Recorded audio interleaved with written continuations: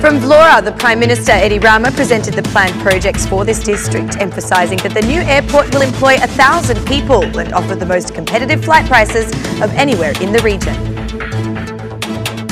The architect who has designed the proposed new National Theatre, Bjarke Ingels, responded to protesters opposing the project by saying the existing building does not feature the appropriate geometry to function as a theatre.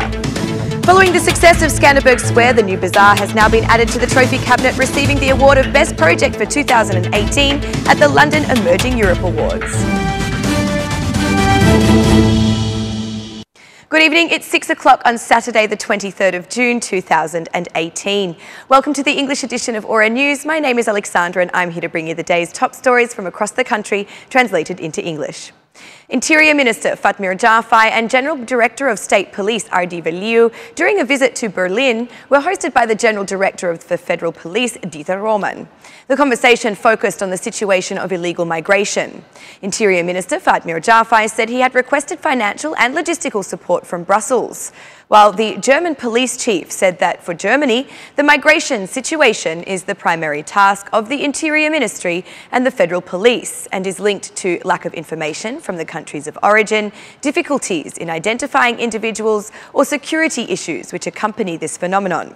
Director of State Police R.D. Veliu pointed out that the lack of human and technical capacities needed to face such situations.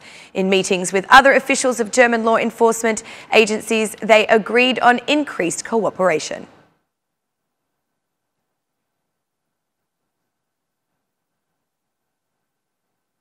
Prime Minister Rama met with citizens of Vlora, where he presented the projects for this city. He especially focused on the airport building, stressing that it will give a great boost to economic development not only in this area but across all of Albania. Rama said that about 1,000 people will be employed for this project alone. He also advised that it will offer flights at the most competitive rates in the region. In the coming months, we will start building Vlora Airport. The airport itself requires a workforce of over 1,000 staff.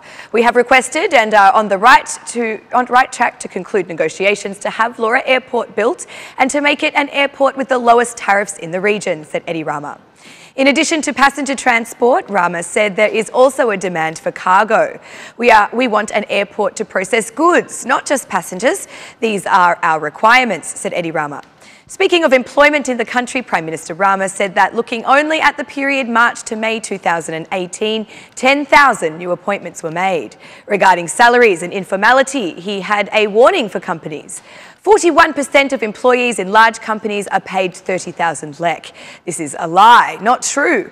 There are no economists, financiers, engineers or others in this category that work in large companies and are paid at 30,000 lek per month. The truth is that companies register them with a salary of 30,000 lek to avoid taxes, said Rama. In Vlora, the Prime Minister, Rama, was received amid protests organised by the Democratic Party, where the citizens held up a poster reading, Rama is the big fish. Protesters tried to become part of the event organised by the Prime Minister but were denied entry by both the Guard and the police.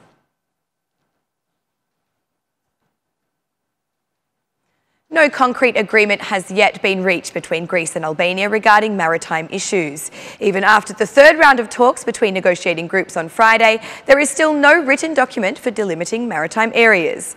The Foreign Affairs Ministry announcement states that the bilateral meeting has been constructive and friendly, but the negotiating groups will continue to work to find a solution that is in the best interests of the two countries. On Thursday, referring to the meeting in Rhodes, the Greek media wrote that the two foreign ministers, Didmir Bouchati and Kotzias, were adding the final touches to the bilateral agreement. The aim is to ensure they solve the problems between the two countries, and without giving details of the deal, it made it clear that there would be references to the chum issue.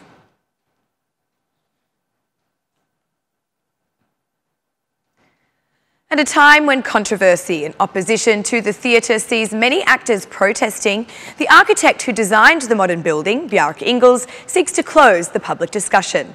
He said that the existing building, built in 1945 as an entertaining space for Italian soldiers, is not the right shape to function as a national theatre. A group of journalists from Tirana talked with the architect Ingels in Barcelona, where he was part of an architecture contest for European countries. The two slim volumes of existing building have not been built with the intention of operating as a national theatre. They have no physical dimensions to maintain a large audience. There is no space for the side scenes, which means that there is no freedom to create diversity in a performance. There is no overhang height, no subgenre. The theatre does not have the geometry to function as a national theatre, said Bjarke Ingels. But could the existing building be reconstructed? We carefully studied the space and the possibility of using the two existing buildings, but they are extremely narrow. I think more than the question of whether or not the two buildings built for the fun of the military should be held, the question is whether the centre of Tirana should have a true national theatre designed and constructed in order to be a national theatre, added Ingels. He is familiar with the protest and attitude against his draft in Tirana, but says that later it will be understood that the theatre is designed for the future of the artists. I think people worried about the future of the National Theatre, they will understand that what we have designed is for them, reiterated Bjarke Ingels. For the architect, the National Theatre of Albania will be built at the border of Skanderberg Square. It is designed that the entire functional theatre space, side scenes, subheadings, overhangs, and where the theatre staff will prepare the screenings or screenplay will be transparent for casual passers-by who happen to be walking through the centre of Tirana.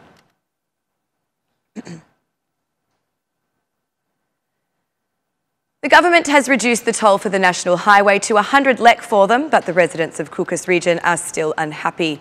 The group, which has organised the previous protest, has not deviated from their position that the tariff must be removed altogether for residents of the Kukas district.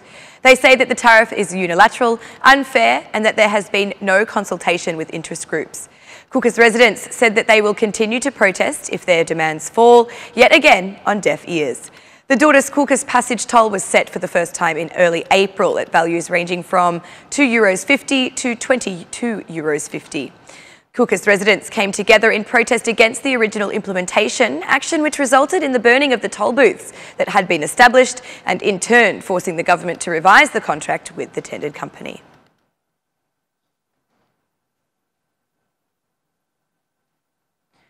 A tax administration action has been launched, focusing on businesses operating on the coast. This initiative will focus on controlling and verifying tax-paying exercises in this sector in order to ensure compliance with a number of obligations between the issuance of tax invoices for any transaction performed and the display of prices for products provided. They will also verify whether entities are registered in the National Business Centre and the Tax Administration, and if they have documents of products available or in transport. In this frame of checks, the visits were made into several subjects in the Jiri Ilalzit area in Durrës and will be conducted in all tourist areas of the country with more than 20,000 businesses to be verified. The Tax Administration Department informs that it does not intend to punish subjects, but to raise awareness of their obligations set by legislation, as well as the intention to make necessary payments on time. In order to avoid any abuse, the Tax Administration is committed to being present in the territory at any time in order to check and verify the situation closely in all tourist areas of the country. Often during the tourist season in Albania, entities operating on the coast raise prices for products and services they offer and do not meet the other legal obligations, thus portraying a negative image of our country to holidaymakers.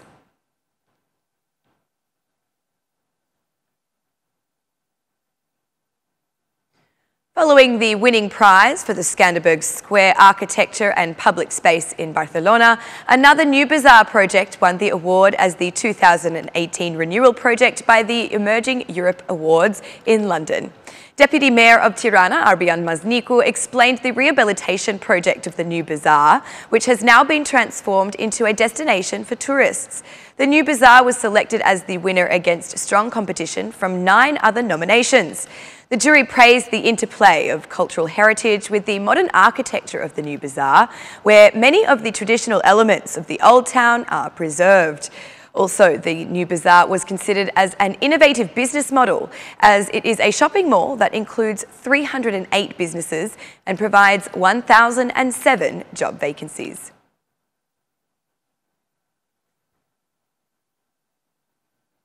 And that's the news across the country today. Thank you for watching our English edition this evening, and be sure to join me again every Monday to Saturday at 6 p.m. for the latest news from Albania. Once again, on behalf of Aura News, thank you and have a lovely weekend.